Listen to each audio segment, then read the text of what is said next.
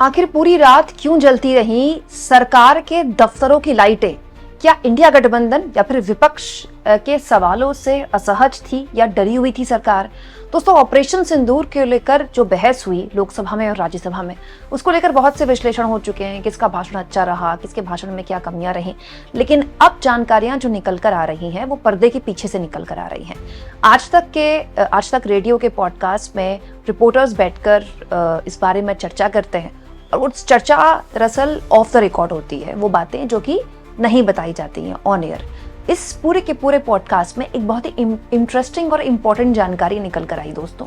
वो ये कि इंडिया गठबंधन या विपक्ष के सवालों को लेकर सरकार काफी ज्यादा अलर्ट थी, क्योंकि सरकार ये जानती थी कि ऑपरेशन सिंदूर को लेकर जो नैरेटिव सरकार रखना चाहती थी वो कहीं ना कहीं उस नैरेटिव से चूकी है।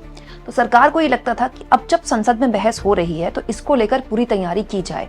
बकायदा अब जानकारी निकल कर आई है कि अमित शाह जब संसद में बोले ऑपरेशन सिंदूर को लेकर, जब लोकसभा में बोले, या फिर रक्षा मंत्री जब ऑपरेशन सिंदूर को लेकर बोले, या विदेश मंत्री जब ऑपरेशन सिंदूर को लेकर बोले, तो तैयारी इतनी तगड़ी थी कि पूरी रात तीनों मंत्रालयों की, विदेश मंत्री, रक्षा मंत्रालय और गृह मंत्रालय, तीनों मंत्रालयों की लाइट्स ऑन रही, क्योंकि रात भर कौन क्या बोलेगा इसको लेकर लगातार मीटिंग्स का दौर चलता रहा। बाकायदा पूरी रात स्टेटमेंट्स की तैयारियां चल रही थी और सरकार इस बात को लेकर बहुत ज्यादा अलर्ट थी कि विपक्ष इस मामले में इतना हमलावर है कि एक भी बात जो बोली जा रही है संसद में सरकार की तरफ से, उसको 3-3 बार क्रॉस चेक किया जाए, कहीं ऐसा ना हो कि जुबान से कोई बात गलत निकल जाए। हालांकि इन तैयारियों के बाद आप कह सकते हैं कि जो भाषण, इतनी तैयारियों के बाद पीएम का भी जो भाषण हुआ वो इतना बोरिंग भाषण क्यों था, इतना बोझिल भाषण क्यों था, बिल्कुल भी नयापन उस भाषण में क्यों नहीं था। तो इसको लेकर खैर चर्चा हो सकती है, लेकिन यहाँ पर जो जानकारी निकल कर आ रही है दोस्तों, वो इस बात की तस्दीक करती है कि सरकार न केवल इस बात को लेकर डरी हुई थी कि संसद में कोई ऐसी बात ना हो जाए जो फिर ऑपरेशन सिंदूर को लेकर जो सरकार के सामने सवाल थे जिसका जवाब नहीं मिला है वो और बड़े सवाल की तरह खड़े हो जाएं। हालांकि ये भी बात सही है कि गृह मंत्री हो, चाहे विदेश मंत्री हो, चाहे रक्षा मंत्री हो, उन्होंने उन सवालों के जवाब इतनी तगड़ी मीटिंग्स और रात भर मंत्रालयों के मंथन के बाद भी नहीं दिया कि कितने प्लेन्स गिरे, सीज फायर आखिरकार क्यों किया गया जब हम पाकिस्तान के ऊपर इतने तगड़े तरीके से भारी थे। तो ये वो सवाल थे जो कि रणनीतिक तौर पर नहीं चाहती है सरकार जिसके बारे में बात की जाए। इसलिए राजनाथ सिंह ने महंगे महंगे प्लेन्स की तुलना पेंसिल से कर दी। ये एक पूरी रणनीति के साथ किया गया, लेकिन रणनीति दोस्तों इंडिया गठबंधन के करीब भी कम नहीं थी। दोस्तों, इसी वीडियो में एक जानकारी निकल कर आई है कि दरअसल होम मिनिस्टर जब बोल रहे थे लोकसभा के अंदर ऑपरेशन सिंदूर को लेकर, तो राहुल गांधी नहीं थे लेकिन प्रियंका गांधी बैठी हुई थी और प्रियंका गांधी पेन और पेपर लेकर बकायदा एक एक डिटेल नोट कर रही थी। और होम मिनिस्टर ने, गृह मंत्री ने एक चीज का जिक्र किया, सोनिया गांधी के आंसुओं का। उसको लेकर प्रियंका गांधी ने संसद के अंदर किस तरह का रिएक्शन दिया मैं आपको बताती हूँ। पहले आप सुनिए गृह मंत्री ने सोनिया गांधी के आंसुओं को लेकर क्या बोला था। मैं सलमान खुर्शीद जी को भी याद करना चाहता हूँ। एक बार मैंने बड़े सवेरे में नाश्ता करता था, टीवी पर उनको रोते हुए देखा। मुझे लगा क्या हुआ, कोई बड़ी घटना हो गई। तो रोते रोते वो श्रीमती सोनिया गांधी के घर से बाहर आ कि बाटला हाउस की घटना देखकर सोनिया जी फूट फूट कर रो पड़ी।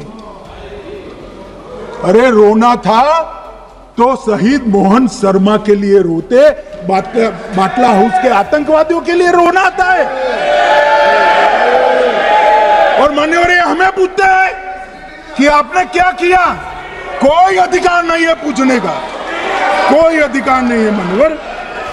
दोस्तों, इस पॉडकास्ट में बात बताई गई है कि दरअसल जब गृह मंत्री ने ये बात बोली तो प्रियंका गांधी इसको नोट कर रही थी और उन्होंने दीपेंद्र हुड्डा, जो उनसे आगे बैठते हैं संसद में और दोनों बहुत अच्छे दोस्त भी हैं, वो बहुत पुराने दोस्त हैं, पारिवारिक संबंध दोनों के, हुड्डा फैमिली और गांधी फैमिली में। तो प्रियंका गांधी ने दीपेंद्र हुड्डा से कहा, कुछ पूछा इस बारे में। उसके बाद दीपेंद्र हुड्डा फोन लेकर आए और उन्होंने कुछ दिखाया। हो सकता है कि इस वीडियो के मतलब फोन में वो वीडियो दिखाया गया हो जिस सोनिया गांधी के आंसुओं का जिक्र अमित शाह कर रहे थे। और बहुत ही रणनीतिक तरीके से प्रियंका गांधी ने अपने भाषण में दोस्तों इसी सवाल का जवाब भी दिया था, अपनी माँ के आंसुओं का। मेरी माँ के आंसू की बात किए मैं इसका जवाब देना चाहती हूँ। मेरी माँ के आंसू तब गिरे जब उनके पति को आतंकवादियों ने शहीद किया, जब वे मात्र 44 साल की थी।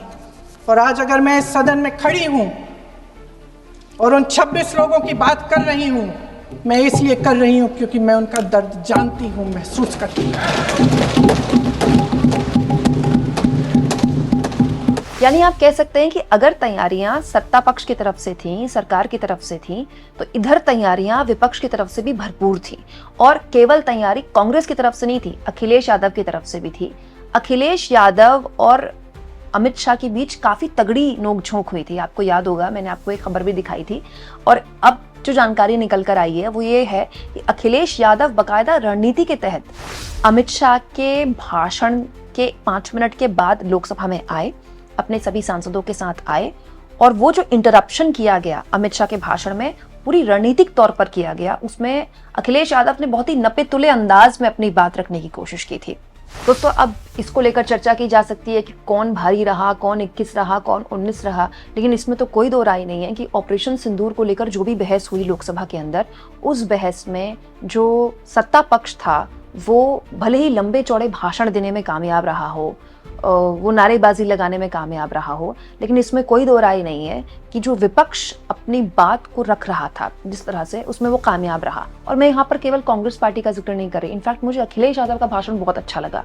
उन्होंने देश के क्षेत्रफल को लेकर जो बात बोली, चीन को लेकर जो बात बोली, उस तरह से चीन को टारगेट करते हुए इस सरकार से सवाल पूछने की हिम्मत कोई भी पार्टी नहीं दिखा पाई। इनफैक्ट तृणमूल कांग्रेस के सांसदों ने भी बहुत अच्छा बोला।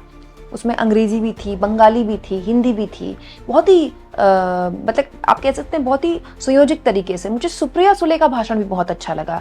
सुप्रिया सुले और कनिमोझी का भाषण मुझे इसलिए भी बहुत अच्छा लगा दोस्तों, क्योंकि ये दो नेता थे इंडिया गठबंधन के जो कि उस डेलीगेशन का हिस्सा थे जो कि विदेश में अपनी बात रखने के लिए गया था, सत्ता पक्ष और विपक्ष का। लेकिन उन्होंने जिस तरह से संसद में अपनी बात रखी वो अभूतपूर्व थी। कनिमोझी ने एक बात बोली कि हमको दुनिया भर में जाकर अपनी बात बतानी पड़ी क्योंकि आप फेल कर गए। ये कुछ इसके इनफैक्ट दोस्तों ए राजा का भाषण भी मुझे बहुत अच्छा लगा, क्योंकि ये अंग्रेजी में दिए गए भाषण होते हैं तो इनके लिए चर्चा नहीं होती है। तो इसमें कोई दो राय नहीं है कि विपक्ष की तरफ से शशि थरूर और मनीष तिवारी जैसे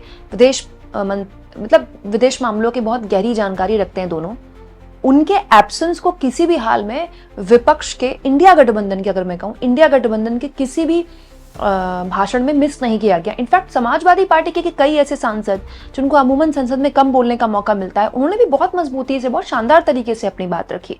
आपको क्या लगता है दोस्तों? कमेंट बॉक्स में जरूर लिखें।